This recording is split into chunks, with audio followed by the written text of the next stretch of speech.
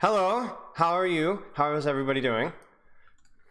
Feeling pretty good. What about you? Doing all So right. fantastic. Doing good, good, good, good. Let me get the code pulled up right now. So, well, actually, I don't have the code. I have the form, but I don't have the code. Do you guys have a code to start with, Yeah. or a YouTube video or something?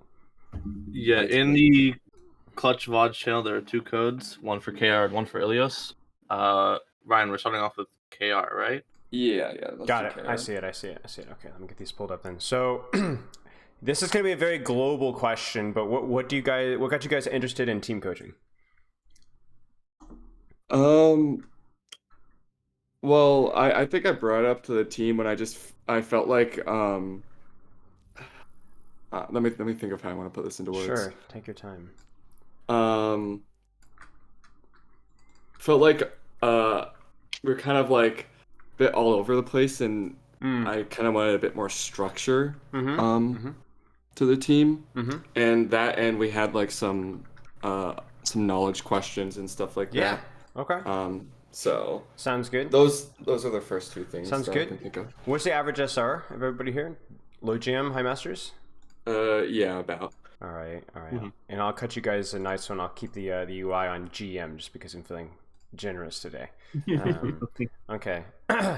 So how did y'all get started? Is this just like a recreational team, just a bunch of like masters, GMs players just scrimming together and looking to improve? I see you guys got a big fancy Discord, so I don't like. Yeah. Is this an organization or what's This the deal? is a university. Okay. Yeah. So collegiate team. Okay. We're the B team for Drexel University.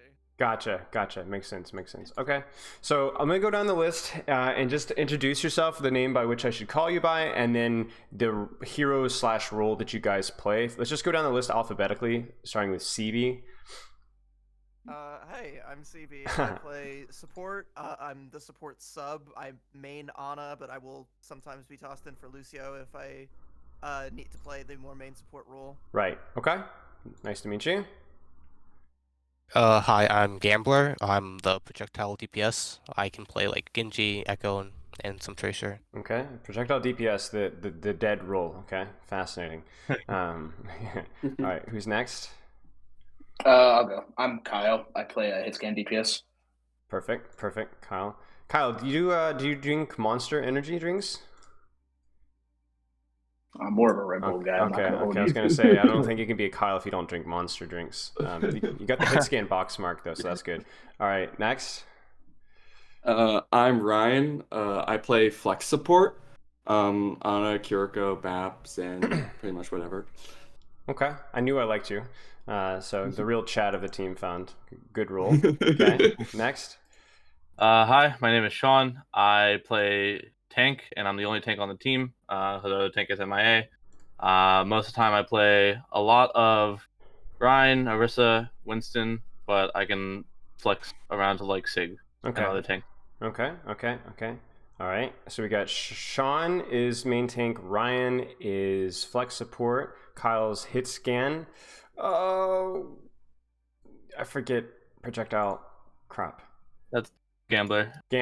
Okay. Gambler's projectile, and then CB is main like the Ana kind of specialist sub. Okay, sorry. Keep going. We also have. Go ahead, Cooper.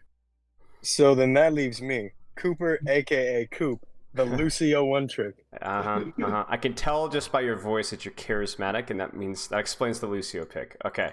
All right. Sounds good. Nice to meet you guys. So I guess you guys said you have gameplay questions that you wanted to kind of improve it. You said you're the B team for the college? Yes. Okay, so what's the long-term goal here? Is it for this to kind of improve everybody's group performance within the team? Is this something that a little bit selfish, like everybody here wants to learn a little bit more so that we can move up to varsity? Like, I don't know, I kind of a broad question for everybody here. Does anyone have any specific things that they would like to get out of the session? So I know, like a majority of our team one is graduating next year. Yeah. So for us, it's a lot. A lot of us are most likely going to be moving up to varsity. Okay. And it's a lot about making sure, like, a lot of us are ready for that push. Got it. Because that's the difference between going into like the Are you familiar with NACE Star League? Mm-hmm. I assume. A little bit, yeah. Yeah, like that's pushing into Varsity Premier, where like Maryville and all the big big shooters, like being able to actually put up a fight against anything competent. Right. Makes sense. How good is the varsity team right now in terms of SR, like general performance? I would say, I mean, if you're like Overwatch 1 turns, they're probably like 43, 42. Okay. So better than you guys. Yes. Okay. And the goal is to match that performance at least. To at least compete. Okay. Sounds good. And they've been playing for a while. Our team won. They've been playing for about like 3 years together with some switches here and there. Sure. And how long have you guys been together? Yeah, go ahead. You go first. I was just gonna one of the people from our varsity team wants to sit in and mute. Is that possible? Anybody can. Yeah. All right, cool. Yeah, awesome. Anybody involved with the org can. Okay. And then I guess when we're talking with you guys, what's the how long have you guys been together? So we've been together since the start of the year, so around September. Yeah, I'd say. But we started like scrimming when Overwatch 2 came out, because Overwatch 1 was like we got like 2 to 3 scrims in before we actually transitioned. Sure. So we're a relatively new team, and everyone here is all like freshmen except for Kyle and TB, who are sophomores, I believe, right? Yeah. So we're all fairly new to the team, but a lot of us have come from prior experience of scrimming. So okay.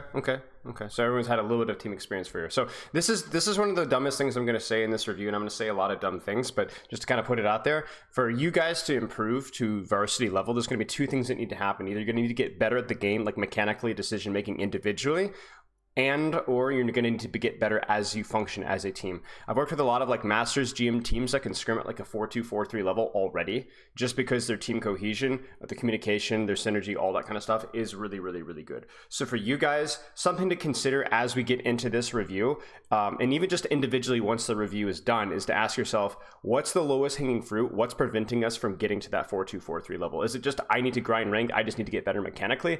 Is it our communication sucks and that we lose a lot of things? Because I know a lot of teams that tend to blame like, oh, we're just not good listeners, we're not good team players, and that's 100% true.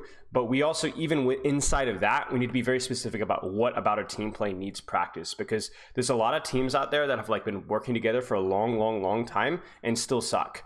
They still scrim at or below their SR level, and so we need to find out. We need to be very specific. Like, is it something mechanically that's holding us back? How badly do we want it? How much more time can we spend in improving our own individual and mechanical play? And then obviously why we're here is to also work on the team side aspect. But I want you guys to kind of keep in mind that it's really not just as simple as like, oh guys, we could beat an Overwatch League team if we were just that much better coordinated, right? It's just not happening. Like, it's just impossible, right? There's a certain mechanical gap that's just unbreachable until you guys get good.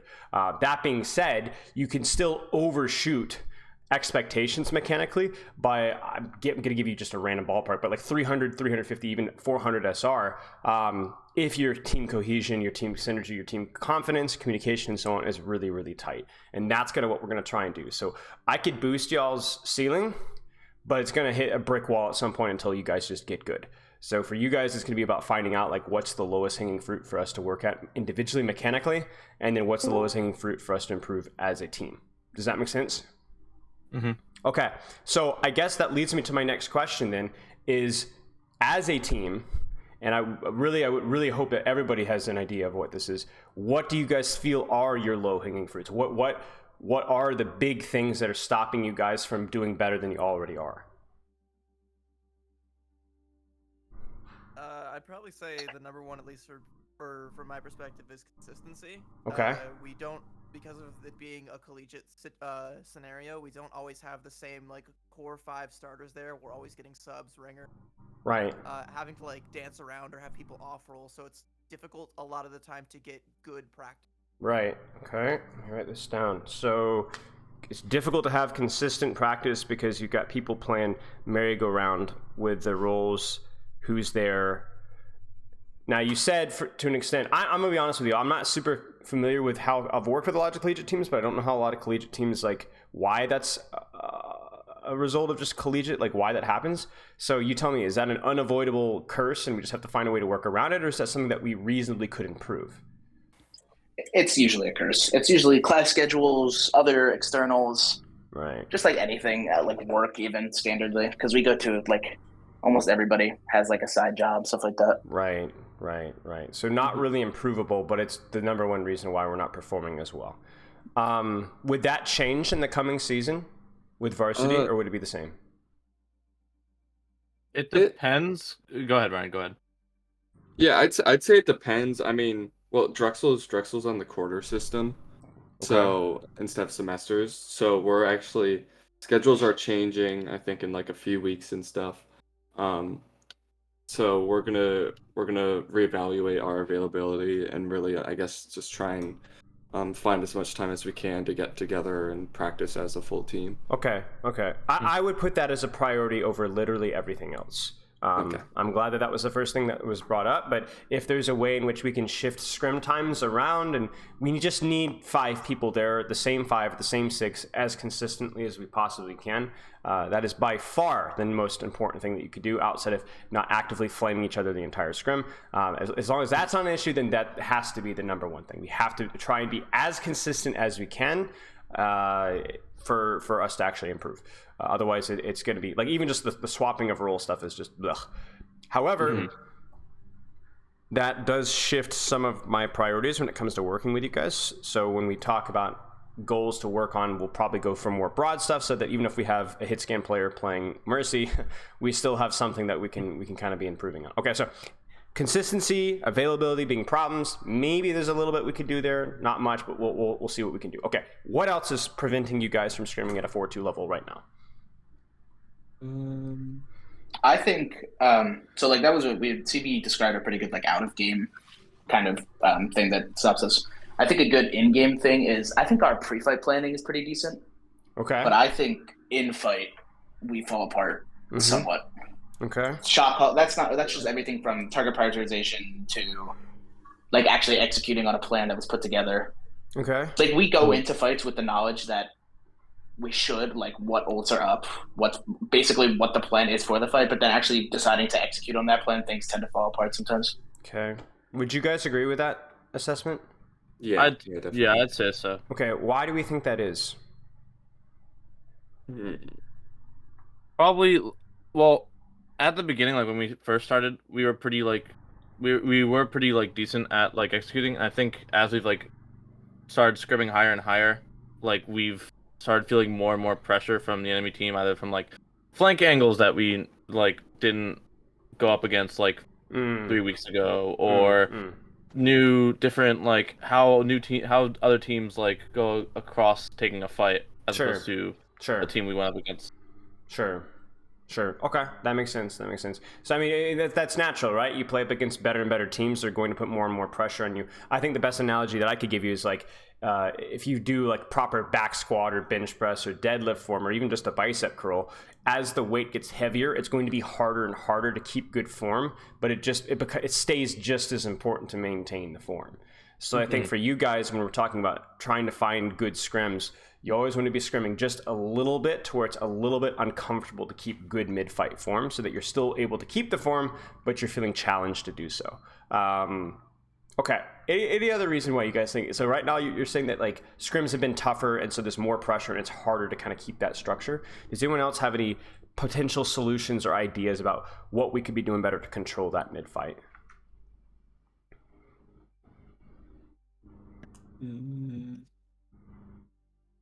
It's fine if that's it.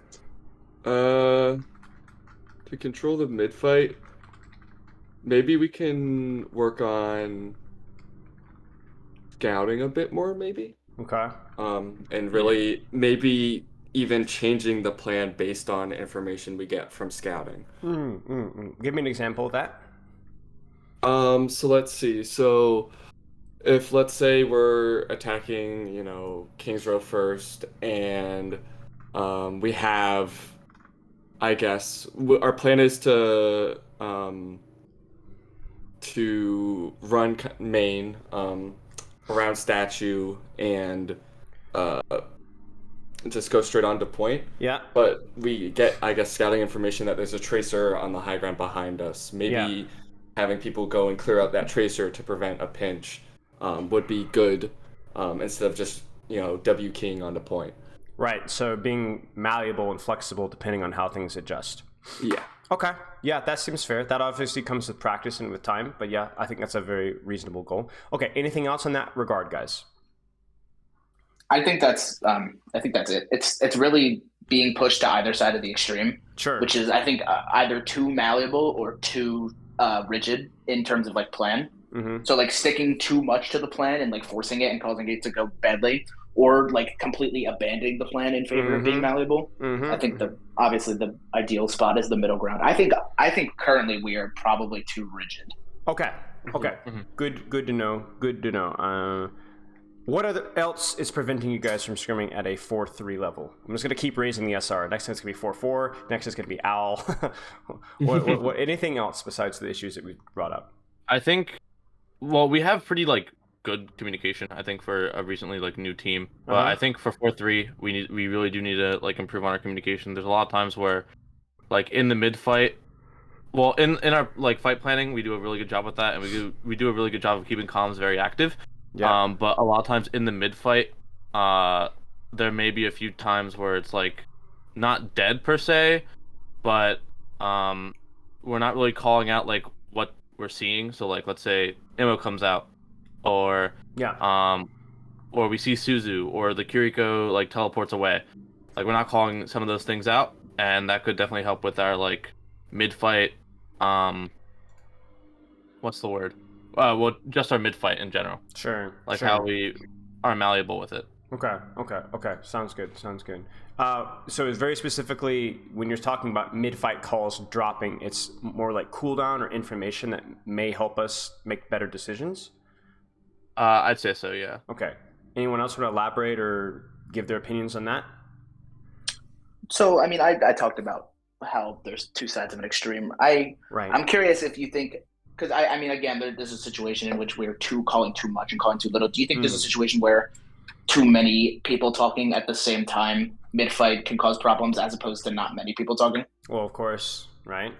Right. The fact that you asked that question means you know the answer to that.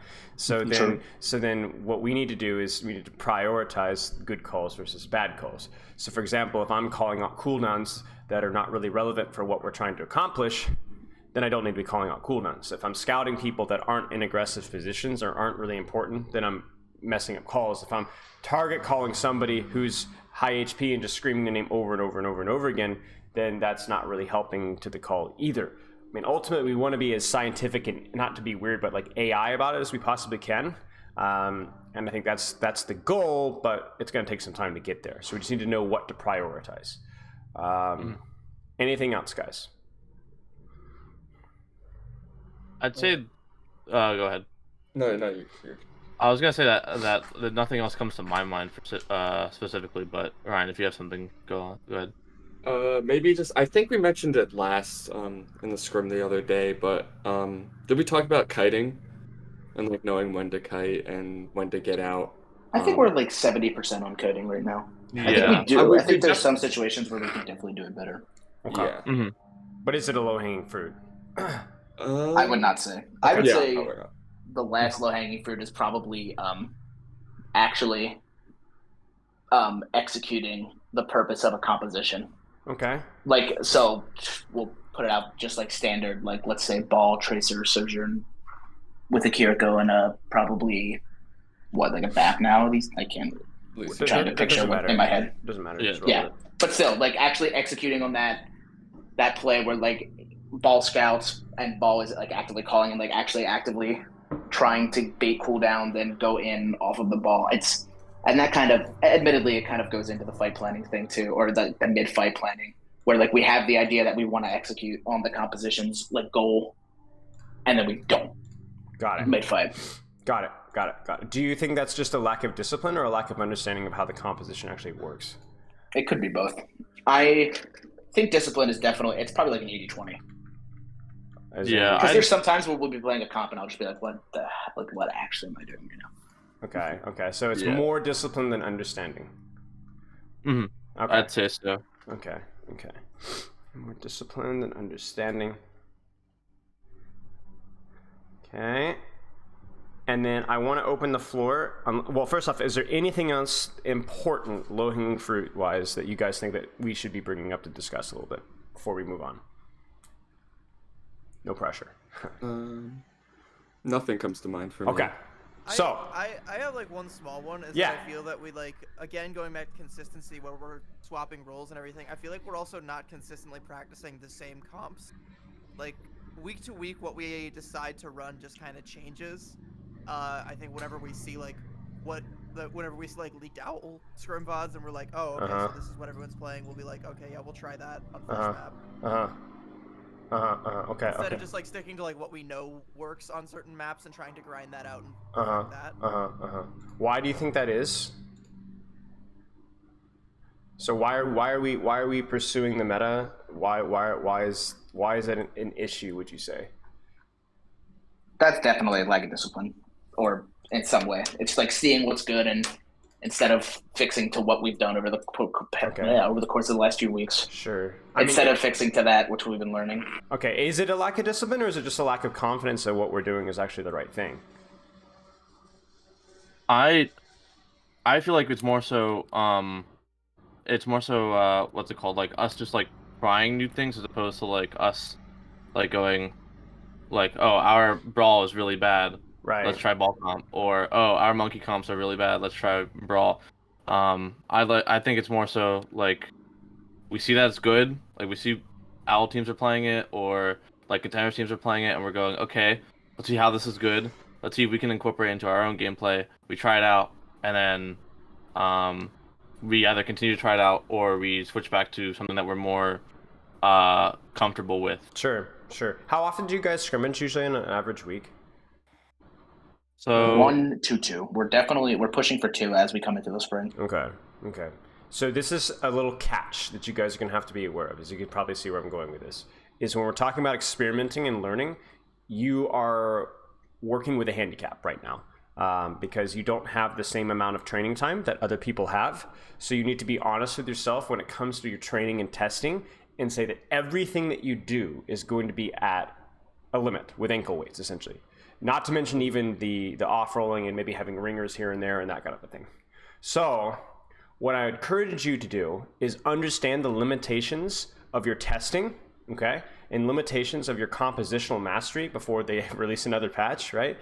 And spend a little less time testing and experimenting and spend a little more time finding what signature, what style, what heroes you guys are more comfortable with and lean into those.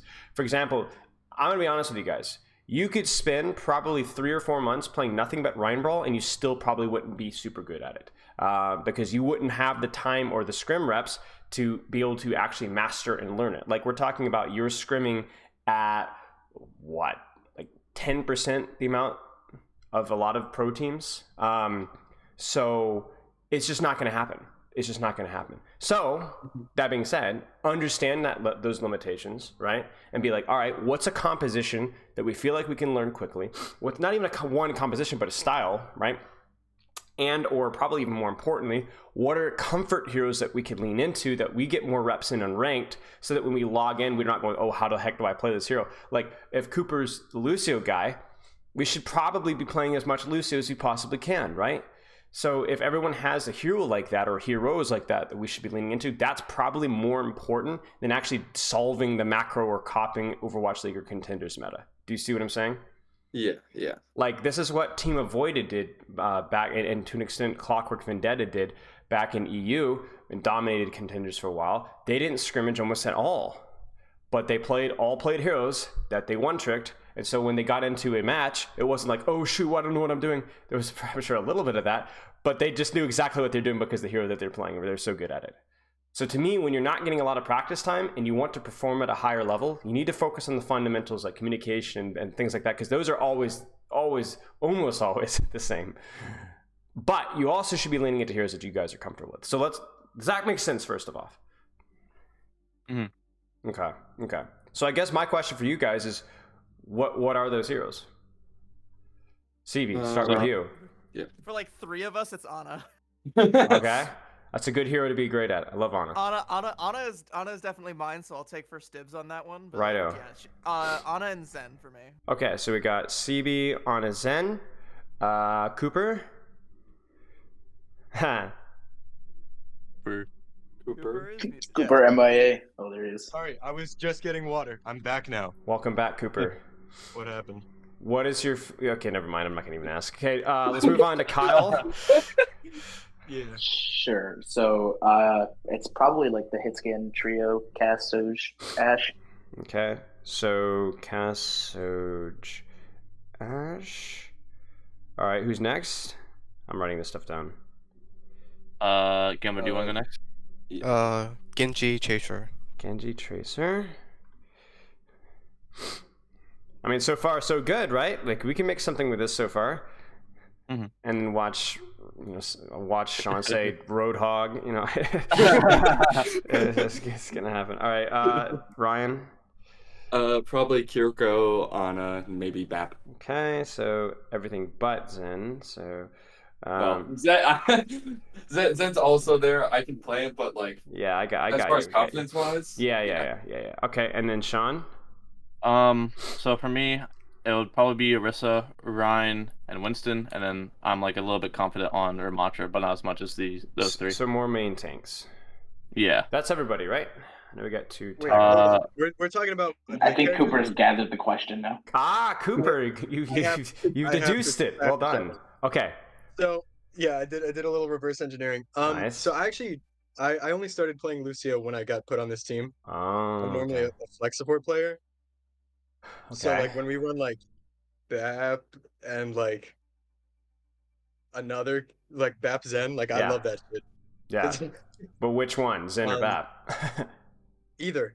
Doesn't matter. Oh, you okay, so everything. Okay, so a little bit of flex. Okay, so big brains here. What compositions can we try? What compositions can we run? Somebody come up with a few. We could probably run like one at a time. You start, Sean. No, Sean starts. Okay. I'm thinking we can probably run like Ramattra like pokey, because we have a lot of like poke-based characters, and then also with like a tracer for a pinch. Okay, so Ramattra, Bap, Zin, Ash, Tracer. Mm-hmm. Yeah. That could work. I mean, Ram's not the best poke tank, but he's fine. You know, pretty self-sufficient. Ramattra, Bap, Zin. And that opens up a lot because we got CB plays Zen, Coop can help in, Ryan. Okay, so Ryan, Bap, Zen, Ash, or Tracer. Okay. Somebody else? Compositional idea? Standard Rush is a pretty good one for us, I know. Okay. So Ryan, Cass, our normal Cass player isn't here today. That's fine. But Kyle also plays Cass. Yep. May. Who plays May? Gambler? Yeah. So I can play. I didn't list it on my favorites list, but I've been slowly rising. Okay. Like if we ever play Rush, I'm on May. Got it. You could do like a Cass Genji Rush as well. Genji Rush is not completely out of the question in place of the May. So in days where, like, let's say Gambler's here and Kyle's not here, well, play Cass Genji. Give it a shot. That's true. Okay. Give me one more composition. Let's do something more dive oriented. We've been running Ball, Tracer, Soj. What do we usually run supports there, Ryan? Or Sean? We mix between like Kiriko, Lucio, and Brig Zen. Yeah, I feel like we could actually do a really good dive with a Kiriko on a backline because we have 3 flex supports. So maybe a monkey. Yeah, you could. Now, here's my question though: when we go into scrims, are we spending time on compositions that aren't these, that don't fit some of these playstyles? Usually, we stick to one of those 3 archetypes, like a poke, or like a poke, a traditional rush, or like a standard dive that way. So maybe we're already doing a fairly decent job of it, but we need to make sure that this is always a priority. At least until we start scrimming 3 or 4 times a week with the consistent same people, then we can start to stress test and experiment. But from here, it's more about like, let's spend time on heroes that we're already very comfortable with.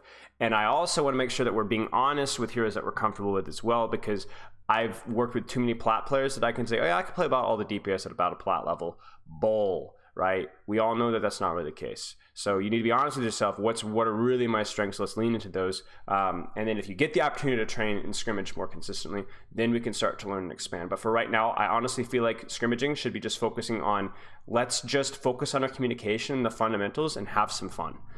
I just don't think that we're going to get enough time to actually like quote unquote learn compositions, if that makes sense. Not with 1 or 2 scrims a week with different people. Do you see what I'm saying?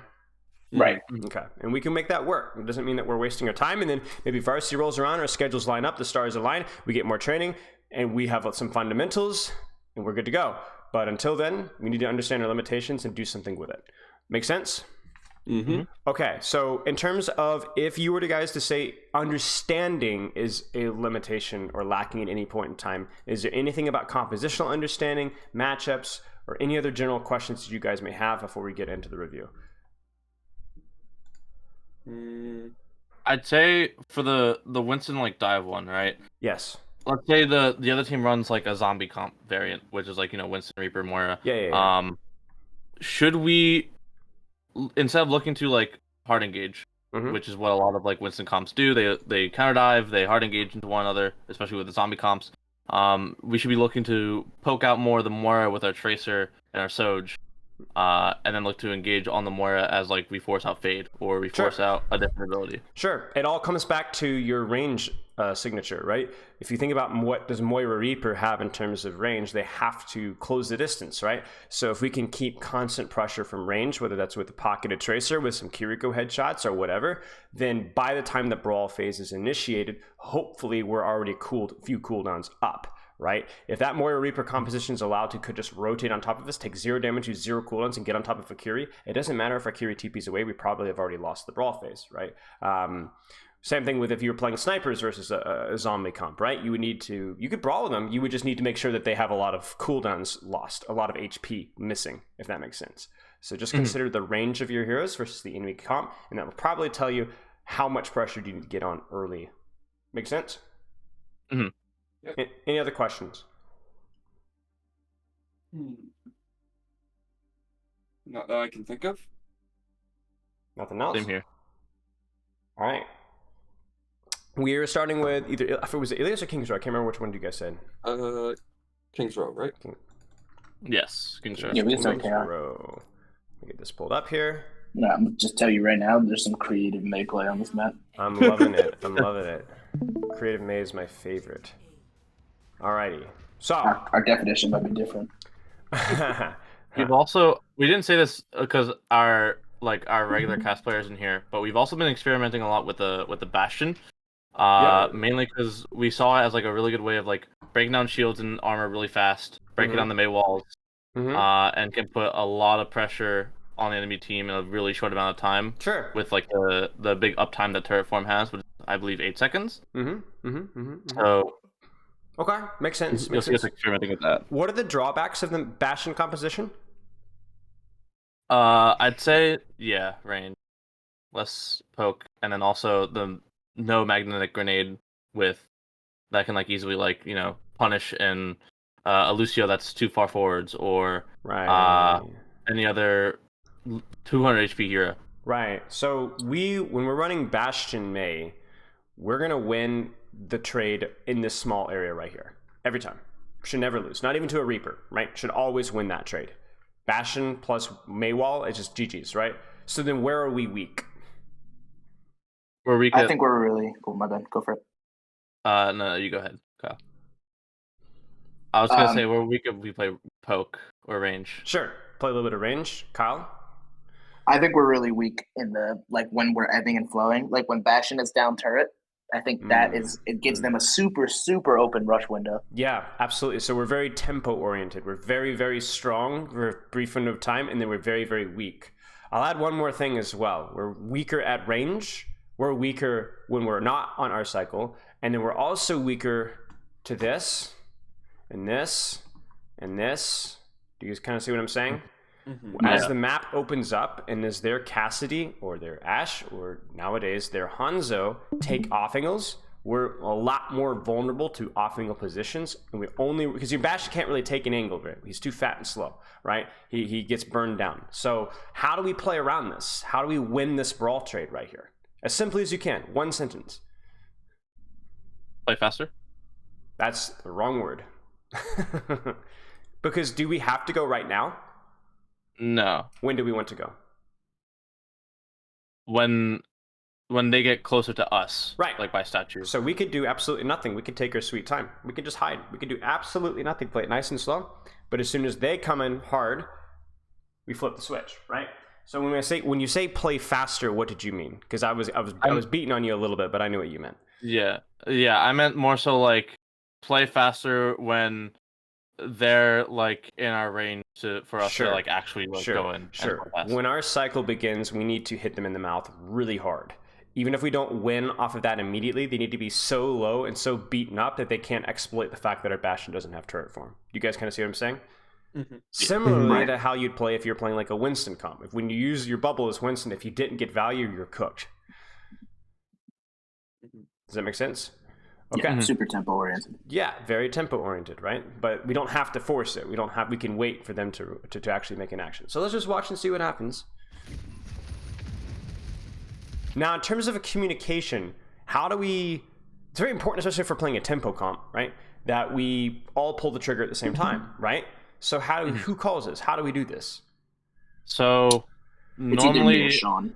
Yeah, normally we look over like our May walls. If we get a really good wall, we can engage. But even then, like if they like start to like overstep their welcome, we can engage and go into turret form and burst them down. So like a little bit, as soon as they start like crossing right next to the mini, not even crossing the mini, but getting closer to the mini, I would probably call to engage because they have to like kite all the way back around statue, and we can just quickly advance forwards, and their mate doesn't have like the most comfortable wall if we're all stacked together. Sure.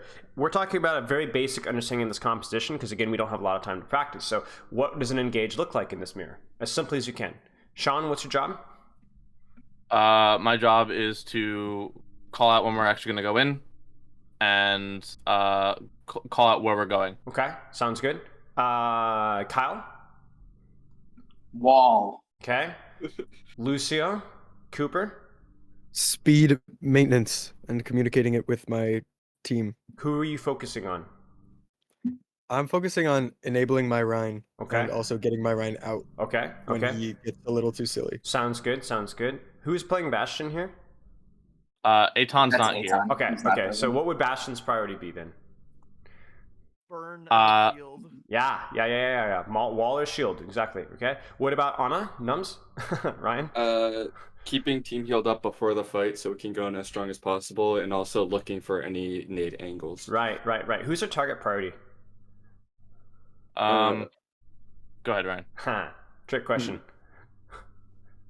It changes. It changes, doesn't it? Right? Yeah. I think it's getting somebody as low as you can to push the ammo out, and then after the ammo actually starting the target prio. Sure. Usually it's not going to be Ryan and Brawl mirrors, but because you're running Bastion, it might be. I will say this: if I'm playing Ryan or May or Bastion, and I see another target other than Ryan, I'm going to prioritize that target. You're going to get a higher cooldown trade if you force Ice Block, if you force Amp, if you force Wraith. That's going to be a lot more valuable than just I burn the Rhine shield a little bit, unless you get the kill. So let's just see how we go here.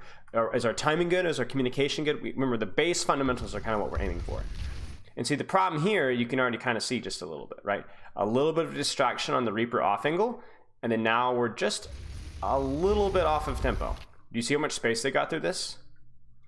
Mm-hmm. So, what's the easy solution here?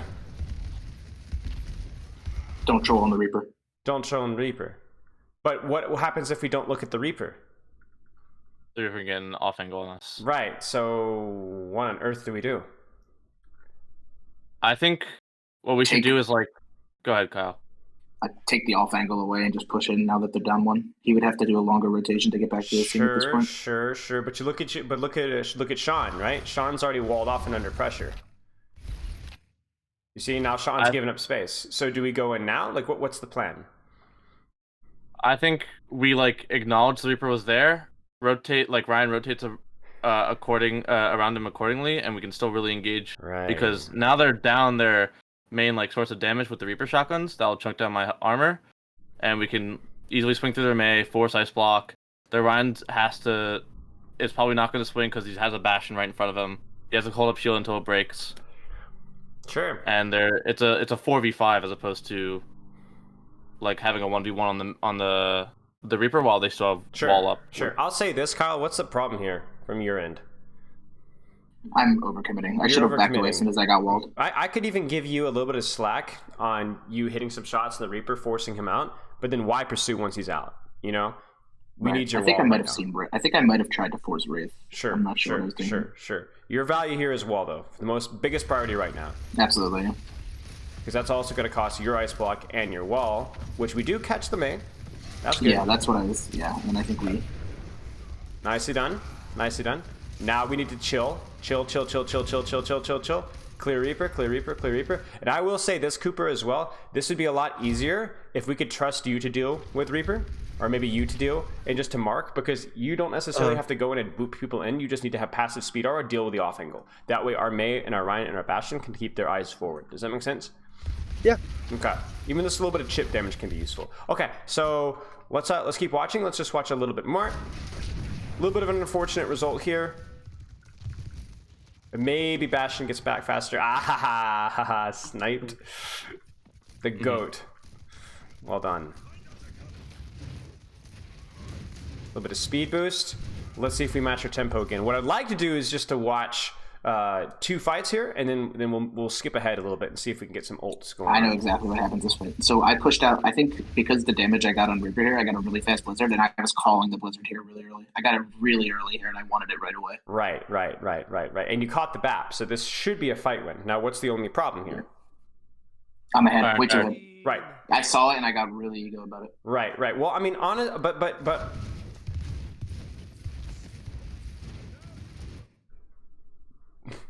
You saw it and you went for it. But we already had it 15 seconds ago, right? So when we're thinking about our priority for planning this fight, what's the plan? Call that. Right. So should we call not that the Blizzard's there and look the angle? So should we not be prioritizing and setting up for this? Like, we know that they don't have Blizzard. We know that they don't have Beat. We know that they don't have Death Blossom or Shatter. And there's no reason for us not to be posturing aggressively here. Right? I think that's definitely a part of the in-fight communication. Okay. So maybe. But if we know we're looking for Blizzard, why is my Ana and Lucio so far back?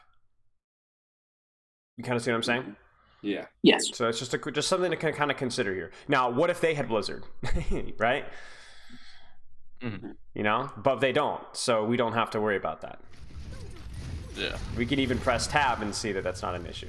That being said, brilliant job, easy fight win, but it does raise an issue. It does raise a potential issue that may or may not be a problem in future fights. Like now, how does our Ana and our Bastion have to position? They have to play super passive now because they have the Blizz. They're coming up on the bottom. We have to be very careful. So how do we win this fight, y'all? Yeah. What do you guys think? Beat? Win? When they Blizzard or when they Shatter. Sure. Use any of the other. Sure. Big heavy hitter ults.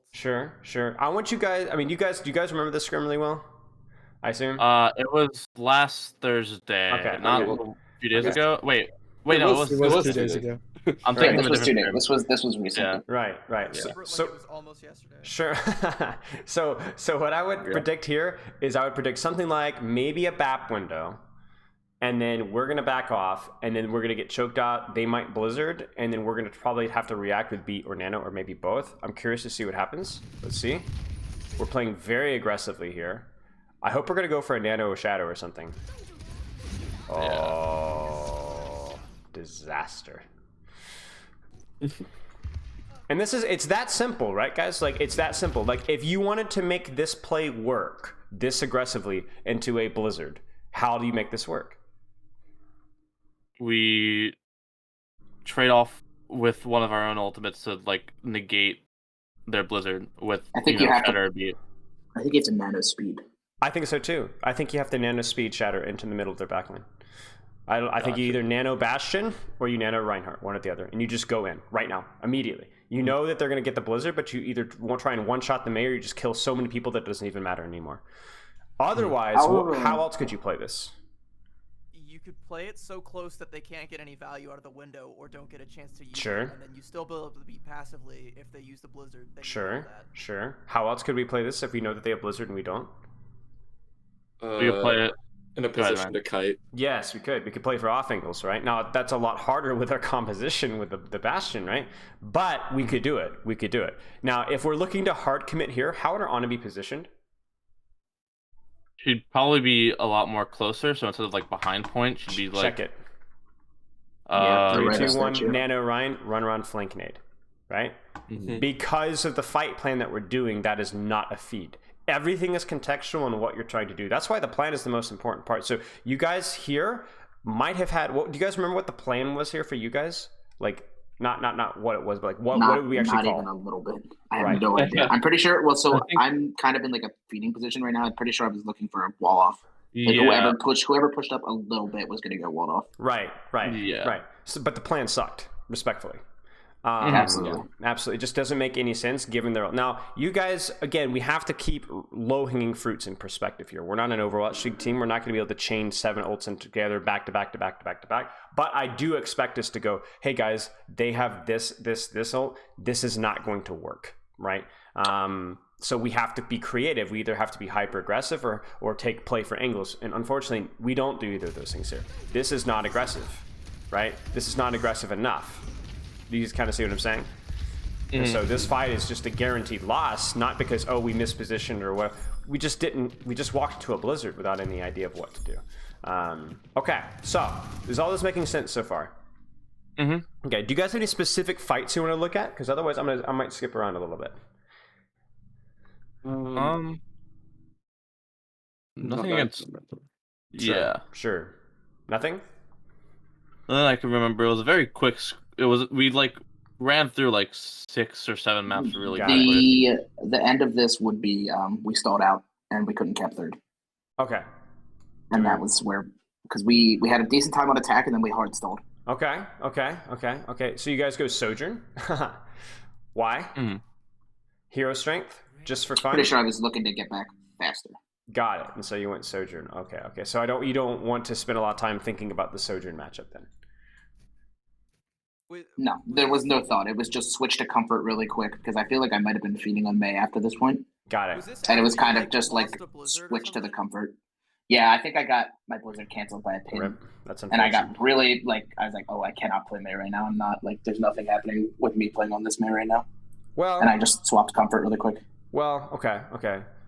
I will say that that's not really a good long-term solution, though. That's Right. a match solution, but you're in a scrimmage. So if something's not working, we need to figure out why it's not working or try something different. But trying something different doesn't necessarily mean a hero swap, because otherwise, okay, well then maybe we shouldn't just play May and Brawl at all. We can't just go with what feels good in the moment. You have to kind of make decisions for the long term. So do you guys want to look at more of the Brawl mirror here on King's Row? I think we got a lot out of first point. If we have Ilios to look at, right? We have plenty of time. I just want to make sure that we don't overwhelm ourselves with information. I think the very very last fight like of the entire VOD is really good to look at, but we can like Here, let's do it. Yeah. Okay. So what are some things that we have in the back of our mind from the defense? What are some things I guess to learn about the neutral? Let's focus on the neutral right now. Just Brawl versus Brawl. How does it work? So feeding is very contextual to the location of the enemy. Okay. If you are for example, the Ana in Hotel, that's not feeding if they're beginning to look for a push Right. with ults. Right. So we need to know where we're fighting, right? Yes. Okay. What else about the neutral? What about the Bastion? Seeing if we can force like turret form or probably the nade. Sure. We need to try and get value at that spike, right? If we're running Bastion, especially with an Ana, we have a brief window and that initial trade where we need to get maximum value. So our timing and our communication needs to be really good so that when we pull the trigger, we hit him in the mouth really, really hard, right? Where are we weak when we're playing Bastion? We don't have a lot of range, and And the we have to get tempo. really close. Yeah. Right. We are weak to range. We are weak to flanks. So our Lucio needs to keep that one in mind. Our Ana needs to keep that one in mind. And when are we weak? Like we said, is when we don't have a turret farm, right? So we might need to give up a little bit of space. Make sense? Yeah. Okay, so those are things to remember. What about the planning side of things? So our planning, at least we had a plan, right? But it wasn't a very good plan. What about the plan was not wise? Very specific. So I think we are really good at the ult tracking element of it. Mm-hmm. And then as soon as it's like acknowledging that the ults exist, but not how they'll use them. So we can make a plan in mind and know that they have, okay, they're going to use this, but and then just have no idea how they're going to use that in that situation. And we walk into the fight knowing they have the ults and that they will use them, but not in a way where we know how they'll use them to impact the fight. Isn't that ironic? Isn't that ironic? Because then here's my question for you: why ult plan? Why ult track if you're not going to use that information? These numbers exist, right? You guys, they have this ult. Oh, that's cool. Love that. I love that ult. That's such a nice name. Anyway, but yeah, absolutely. I think the bare minimum, like things like Shatter, Bastion, even BAP window, I think are important, but not crucial. So for you guys, maybe it's Blizzard, maybe it's Beat, right? Maybe it's BAP window, but it's the really, really, really big ones we got to know. We got to play around those, right? And by the way, that is not just about Brawl, right? When we're talking about spam compositions, if their Zen has trance, we need to know that, right? If their Ramatra has ult, we need to know that because that shifts everything. So I think we need a sort of an ult track prioritization where we think about what's the most important ult that we need to play around and focus on doing that with our plan. Does that make sense? Yeah. That's a good low-hanging fruit to prioritize. Now, let's apply that right now. CB, you see what they're running. You see what they've got, okay? What's our hierarchy? What's our priority here in terms of our ult tracking? The priority right now in terms of the ult tracking would be the Earth Shatter. Right. The beat's important to know, but we need to know Earth Shatter as well. So how do we take this fight? Like, what information do you think we utilize? How do we play around this? We have to track their shield, know if we can go for an offensive shatter. Sure. We have to either play positioning, be somewhere where we can safely get the sound barrier off, or if we have the time, we can try and force them back with a window, but that also just kind of baits them into a shatter. Sure. Okay. What do you guys think should be the optimal plan? So CB kind of set up the stage for us in terms of the information that we need to know going into this fight, factors to consider. So what's the optimal fight plan? Now, there isn't really an optimal fight plan. There's options, but what's an option that speaks to you, Ryan? Maybe just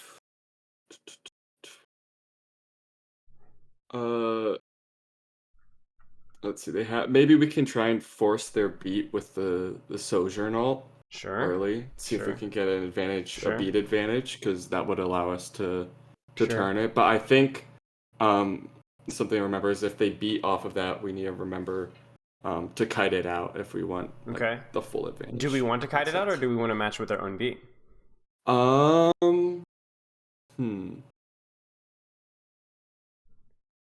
Actually, we might have to match with our own beat if let's say they get a good wall and they speed and Bastion turret form. That might be a situation where we do have to match with beat. Let's say we wanted to bait an ultimate. How would we use our cooldowns if we were looking to bait an ultimate?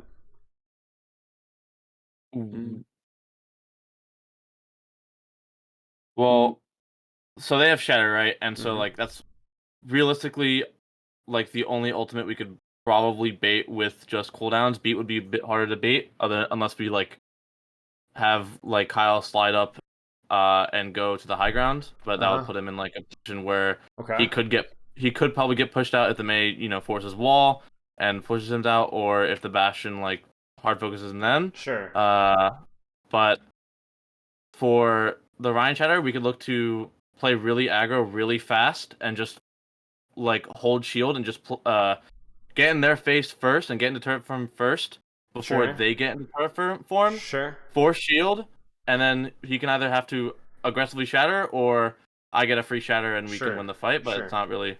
Sure.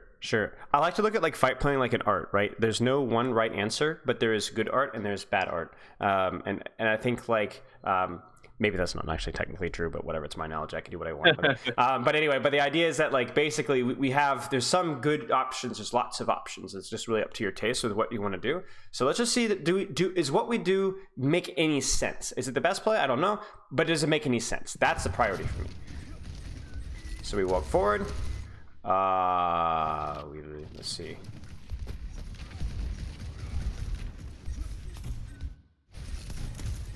A little early on the lamp.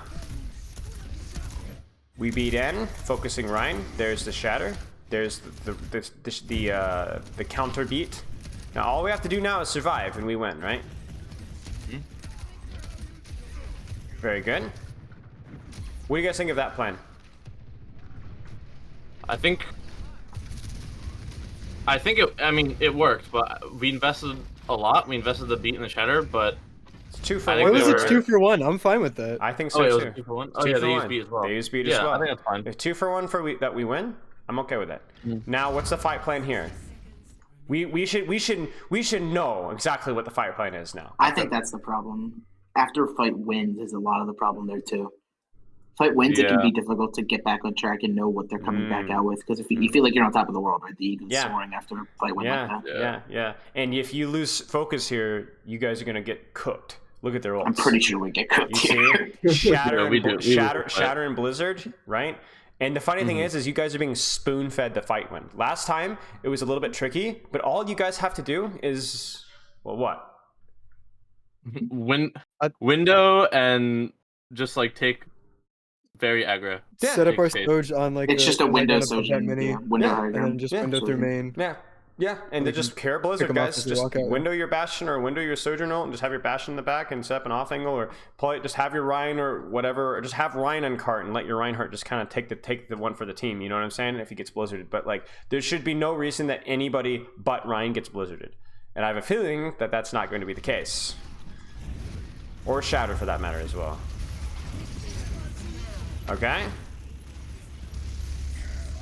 Now, what's the problem with our... Okay, first off, MTD. Second off, what's the problem with our setup right now? There's no variety in our angle. Where's our... Why is my Bastion on the off angle? But my Sojourn is on main with my Lucio and Baptiste? Come on. Also, I want to see this. Here comes the jump. Here we go. Oh, yeah, I remember talking about this. That's good. That's tight, you know? All right, I'm not going to lie to y'all. Baptiste ult this, please. I beg. Can you imagine? Can you imagine? It would be a war crime. It would just be like instantly 2 people off the map right there. You know what I'm saying? Even just 2 kills and you just win this fight. But this is just silly. Like why are we grouping up behind our Ryan when they have Shatter or when they have Blizzard? You know? Why is my Reinhardt fire striking? Oh, disaster. You know? It's just a disaster. You know? Okay. So it's like, as you guys can see, it's not about doing anything complex. Now I know how do we win this fight, right? How do we win this fight? I know we got a touch in 24 seconds, but we can't get frozen here, right? We can't get frozen. So how do we win this fight? 1 sentence. Kite. Yes, Kite or Hair Blizzard. How? That's we could probably bait our Ryan. Yeah, and then what? A little bit more, and get him out, and then go back in. Sure. Or what if we can't get him out? We just be Bastional. Yeah, Bastional, right? Maybe we lamp and Bastional, right? We walk in, we're like crap, just blow the, you know, and then the mortars drop, right? Make sure there's no follow up on that Blizzard, right? Let's see what we do. Oh, now this might work to zone off the backline, so this isn't the worst thing in the world, right? But the worst thing in the world, you know, actually, okay, never mind. I was like, nice job, guys. I'm in really far alone. I don't know if we did this on purpose, but we did bait the Blizzard. We did prevent the follow up from the Blizzard. I mean, look at this, right? This is a disaster. Bam. But wait, guys, right? Wait. It's that simple. Still winnable though. Still winnable. Mei should die. I beg. Mei does die. Orion dies though. GG's. Yeah. You know, this fight wasn't even that truly bad. It wasn't that bad. Just a little bit off, a couple of details. But as long as we were aware of the blizzard, playing around the blizzard, I actually liked the Bastion ult. Thought it was quite good. This all makes sense, right, guys? Mm-hmm. Okay. We're just looking for small adjustments. Small adjustments, right? Let's look a little bit at Ilios here. Okay. Any questions so far? Not that I have. Okay. I don't like delving super deep, you know, especially in y'all's situation where we don't have a lot of training time, so we need to be very efficient. Like you guys said in the forum, we need to be very efficient with the time that we spend when we are scrimmaging, when we are playing. Now, let's make this matchup really simple. How do we win this matchup? We dive their backline. How do you dive their backline? We walk forward, take space, and then have our Tracer pinch their backline while our Winston and our Sojourn jumps in. Okay. How do they win? If I'm coaching this team, how do they win? They win by having their ball and Tracer focus out, and more so going on the forcing Kiriko CDs or forcing Soj. Sure. To use slide. Sure. So we talk about range signatures. What's our range signature versus their range signature? So they have a much farther range signature, but they could lose in the upper. But they might be weaker closer, and we have a lot of a closer range signature, but we can lose in the farther. Right, exactly. It's that simple. If we get onto Zenyatta and Brig while taking minimal damage, we win. That's it. So as soon as we see Ball here, even as soon as we see Harmony, as soon as we see Discord or Sojourn, our entire mentality is guys, how do we rotate and get on top of those guys? Because you know what? Look at your composition. Your Kiriko can TP top, your Winston can jump, your Lucio can wall raid, your Sojourn can slide. Everybody on your team can close the distance quickly and effectively. And as long as we don't take too much damage in the meantime, don't get a bubble force, don't get a recall force, don't get a blings force, and so on, then we should be good to go. Do we think that we're in a good position to do that right now? Yes. What happens if they roll out on Reinhardt and they meet us in this choke? What on earth do we do? I think we kite out and look to play distances. I think at that point we'll have better distance. Maybe not better distance, actually.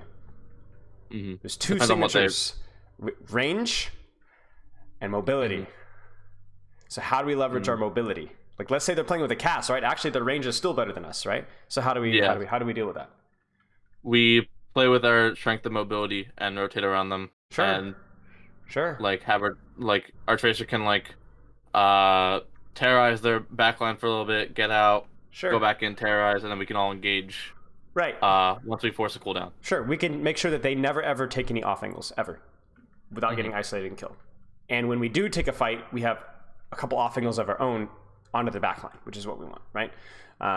Okay. So let's see how we do. This first fight was really sloppy because it was the first fight of the scrim, so it might be a bit messy here. If my Kiriko TPs and my Sojourn's able to follow up here, I think you guys just win this fight. Disaster, right? Yeah. Disaster. You guys don't even have the wrong idea necessarily here. But one, maybe we're just a little too early. Maybe my Kiriko needed a little bit of extra time, but we got to be on this. This guy's got to die. If you told me that this guy doesn't die here, I would not believe you. He needs to die. And the other thing about your composition as well, let's consider tempo, right? Remember the time signature, right, of your composition? How strong is your composition right now? Not very strong. Garbage. Absolute garbage. Your bubble's down, you're useless. Their composition? Ball? Yeah, you can keep doing stuff over and over and over and over and over again, right? You can't. Zenyatta doesn't even have a cooldown, right? He doesn't even have one. So yeah, now we got to get out. So as soon as that fails, we have to get out. But we don't. So we need to be a lot more decisive and better timed when we do get in, and a lot more decisive and better timed when we do get out. At least in this matchup. Now, what if it was a mirror? Oh boy.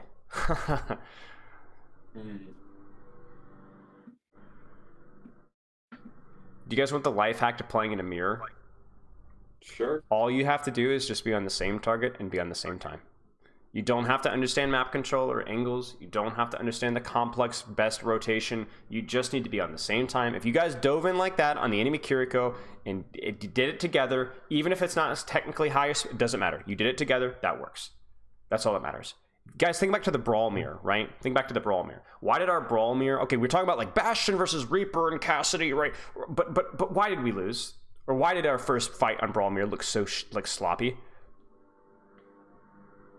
You guys remember? What was our May doing? Not Air. Right. The Reaper. Right. You marked the Reaper as a 1-for-1, but your wall was a lot more important. We needed to be all on the same page with that, right? And if we did that, we would have been okay. Even if we didn't understand why Bastion is weak in tempo and off angles and range, just we were all on the same page, it would have made so much better. So I want you guys to understand at a bare minimum the matchups of what we should be trying to do.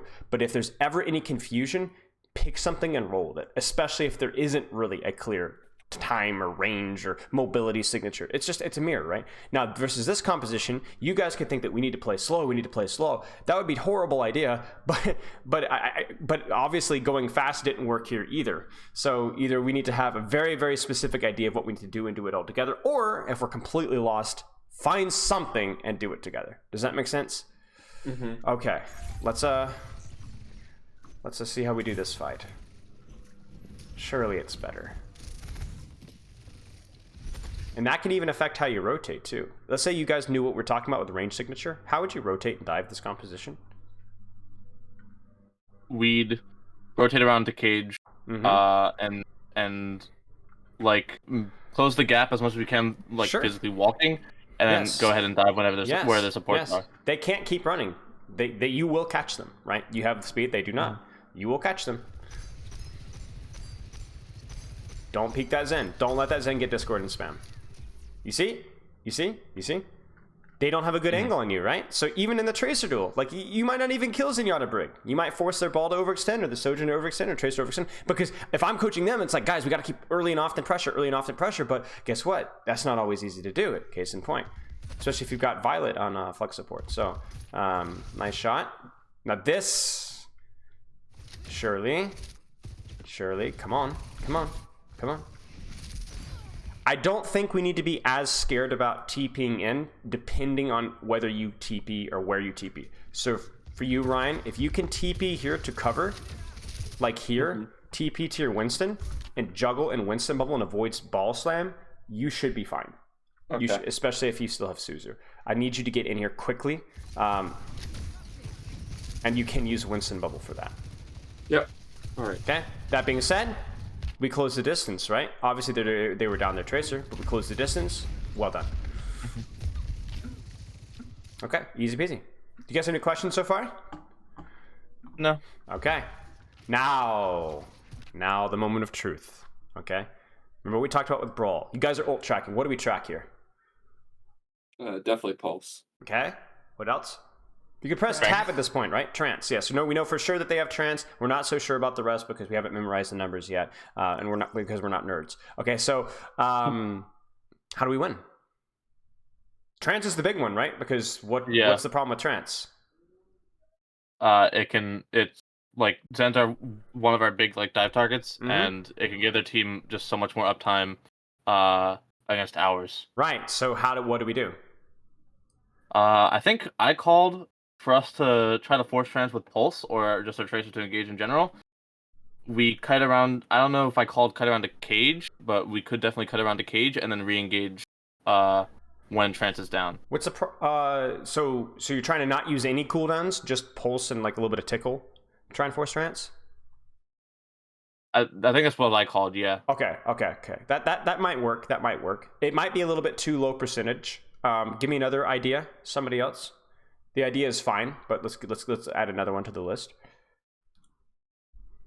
If you commit like it's just a standard full dive, Monkey in, Switch supporting from an angle, Kiriko in, Tracer in, obviously. Okay, and then what happens? They trance. So then instant kite. I don't think you use bubble. I think you just try and force trans without bubble if you can help it, and then use the bubble to kite hard. Okay. What if we can't kite?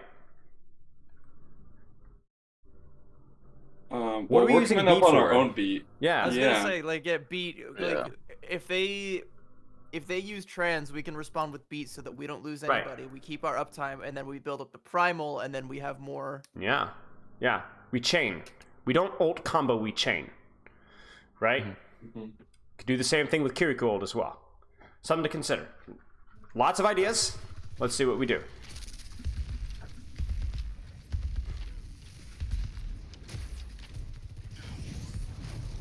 So we're focusing Ball and Sojourn here, but we're always thinking, where's that Briggs in? Where's that Briggs in? Are they going to overcross the line? Let's run over this Sojourn. Let's run over the Sojourn. Let's get the Sojourn. Let's get the Sojourn. We really got to commit, though. We really got to commit. If we're going to commit, we got to commit.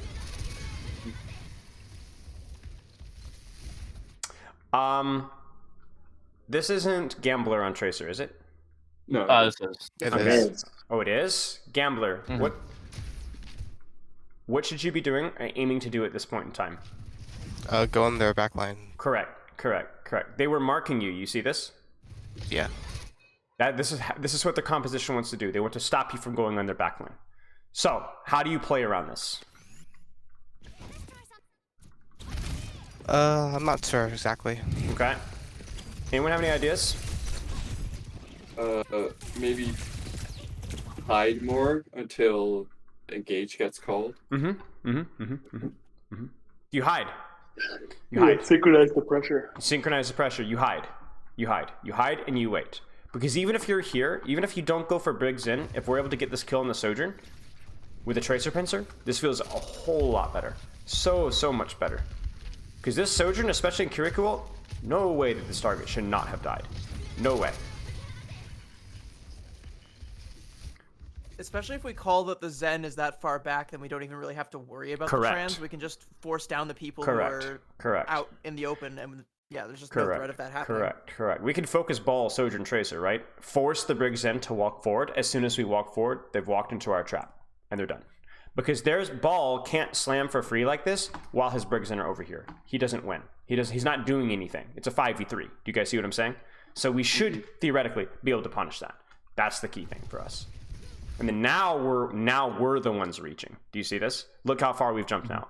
Like, I know it's because, oh, Kiriko, we need to get value here, but this is actually potentially where we could get overextended or punished. That being said, ends up working out nicely. We do get the punish on Sojourn. We should get the kill on Brig. Good to hear. Oh, get rolled. I'm gonna say this. Nothing like a Lucio rat getting destroyed. Ah, yes. It's cathartic. This guy might even trance. Oh, no, he won't. A violation for real. Destroyed. All right, reset up. Next fight. Same kind of mindset, and now it gets really juicy, right? Because now they've got double support ult, right? So what's the plan now?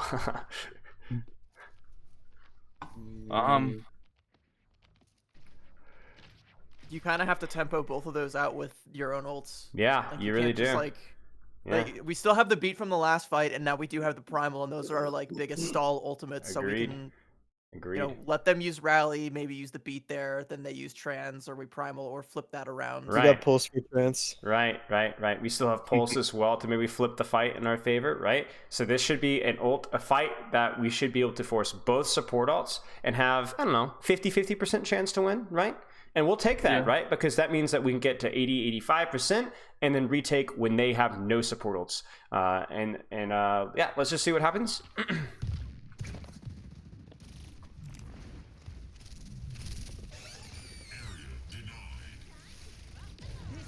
I think we just gave it too much space.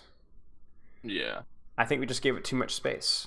So if our plan here was to kite ults and then disengage, sure. Because guess what they did? One ult, two ults, right? So there's two ults right there, right? We could kite this and give this up if that's what we want to do, but it's too much space, you know? Yeah. You guys remember what the plan was here? I think our main plan was, I actually can't even remember. No, Huh. I don't remember at all. That's okay. That's okay. We could think about what we need to do next time, right? If we do this, then we should be going, let's bait mines, bait Sojourn, just fully disengage gift point, rotate, get another backline, and then now we have one fewer ult to worry about, right? That's fine. Okay. Or we choke them out, we play aggressively, we set tempo, we force those support ults, we trade with our ults, and then we lose in a blaze of glory, but we've stalled it out, and we forced all of their ults, right? This is neither. This is... We didn't even kite these ults. You see what I'm saying? That's a problem. Wait, where was your Suzu? I added him in the chat about this when I saw this. I don't remember what happened. Oh, we're so split. Remember, these guys want this, right? This ball tracer, these guys want to kind of find you guys out. We need to close the distance on these guys. It doesn't mean we don't ever take angles, but this is a little bit depressing. Oh no. Don't worry though, that minefield totally cleansed. Nice. Nice. Yeah, the minefield never felt better. That's okay. We did get the trance out. Like, this is legitimately that fight right there was like map losing. If we don't get the pulse. The pulse to force the trance was like is what's going to salvage this map for us. Surely, guys, we're going to win this one, right? Yes. I'm confident. You do? Okay, good. Yeah. Not even sarcastic. Okay. Even like here, like why not rotate high ground, right? Why not rotate high ground, clear this guy out, and then do your cage rotation? You know what I'm saying? Allows you to close the distance, clear out your angles, do a little bit of your homework first, right? Just feels a little. It feels that much better. And we need Gambler, just be really careful, because remember that tracer is looking for you. Do you see look at Gambler's POV here, right? Instant discord. You guys see that? We have to be really, really careful. Gambler, it might be okay for you to either just rotate with us. That sometimes is honestly okay, and then blink behind them. Because if they're playing a Zen comp, they are going to mark you like this. They're going to be hunting for you. All right, Primal or Beat? There it is. We want Suzu, last possible second Beat, or full disengage. Let's see, do we get either of them? Beat! Yes! Yes! Nice job, guys! So good. Ah, so good. Just the greatest. You guys are the greatest. Wait a second. I'm talking about the primal. I think I was like... No! No! You guys are the worst! Back to diamond with all of you. No! Banana peel! Banana peel! Oh, no. Literally flat. I thought you were talking about my primal. My primal was really bad. I know. Both. Yes, Both. popping the primal was horrible. Yes. I think I had brain delay before I got the beat. Dang. That being said, that was absolutely the plan, guys. Nice job. That was great. And you know you're winning when they make this swap. We won, guys. It's over. Nice job, guys. Nice job. Very good. Same plan. Let's set up. I wonder why Gambler isn't set up on the. Well, Gambler You guys having a live tracer right about now. Yeah. All right. Oh no, disaster.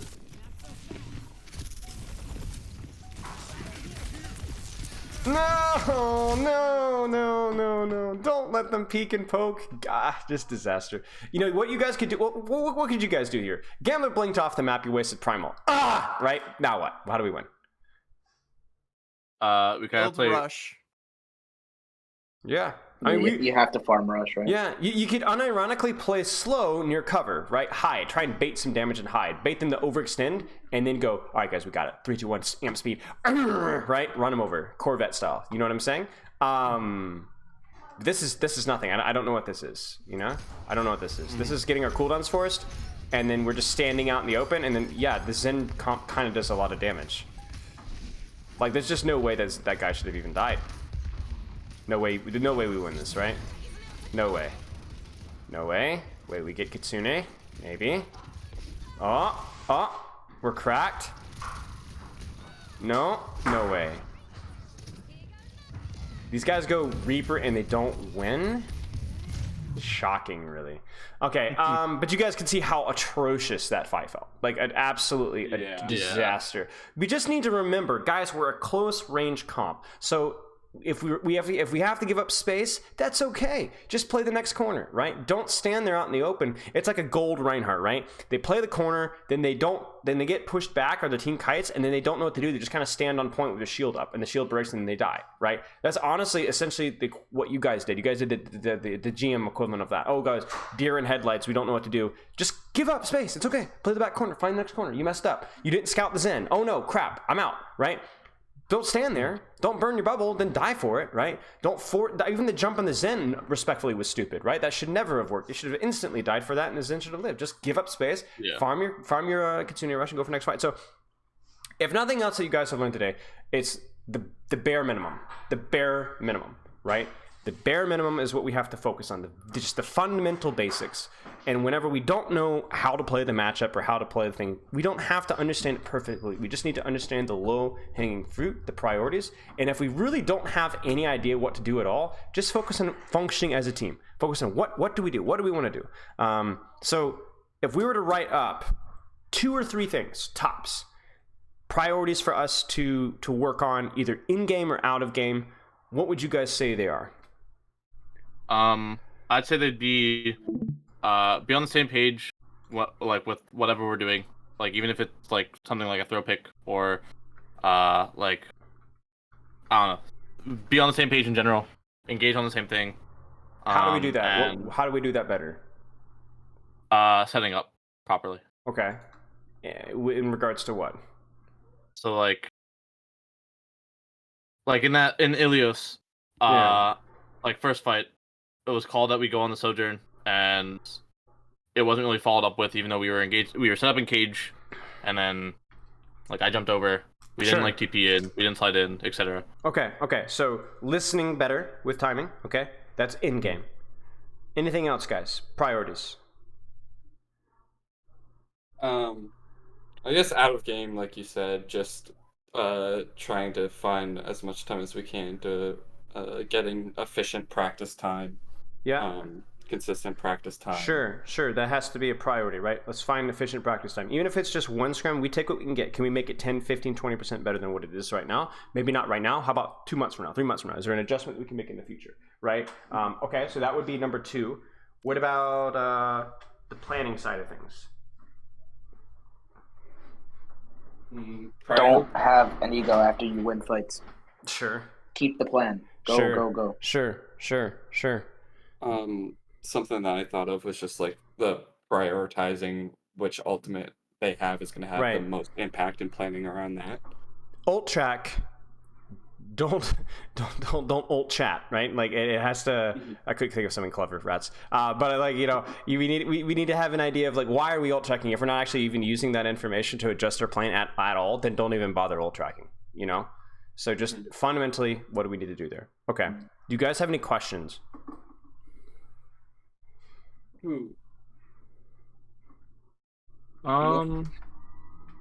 Not for me per se, but I don't have any questions. If anyone else has, please feel free. I think I'm good too. Okay. I don't know if I know we have some of our varsity guys in here. I don't know if they have any questions. Yeah, you guys feel free to. Anybody can ask questions. Chris or Kieran, if you've got anything. I'm just chilling. Right. I'm really listening. So. Right out. Yeah, I don't really have anything. All right, fair enough. Well, if you guys do have any questions, you guys can shoot me a message anytime. My DMs are always open. I might not get back to you the day of, but I will get back to you. Yeah, like I said, the big thing for you guys is if you learn nothing from today, it's just a sense of prioritization. Hopefully from this review, we've tossed with at least 3, 4, maybe even 5 different ideas of like improving our practice, listening with our timing better, low-hanging fruit for compositional matchups, ult tracking, making sure that we don't get our head in the clouds when we win a fight and focus on the next fight. A lot of different things. We don't need to, and we shouldn't try to improve at all those things, but we need to kind of prioritize. Like this week, you guys talk as a team. What do we need to do? What's the most important thing? What's the first adjustment that we can start practicing in our next scrim? When is your next scrimmage, by the way? We're playing a match at 2. Okay. Yeah. So just play the match today. Don't worry about anything for the match today, right? But next scrimmage, what's the next thing? What's the next step? You're not going to get a lot of practice in, but what's going to be the next step? How are we going to make that practice efficient, you know? Making the communication more valuable, I think. Sure, but don't tell me that now. Talk with the team, you know, pipe off in team chat and figure out, like, get on the same page with what we think is the number one thing we should prioritize for like the next week or two, right? Even for the next, even if it's just 2 or 3 scrims, like what do we need to really try and get sorted out right now? And then let's move on to the next step, right? I know a lot of these things are going to be floating through your head, but we want to try and put one above the other so that we can really make sure that we actually make progress, right? Don't just kind of halfway do everything. No questions? Not that I have, no. Okay. Like I said, DMs are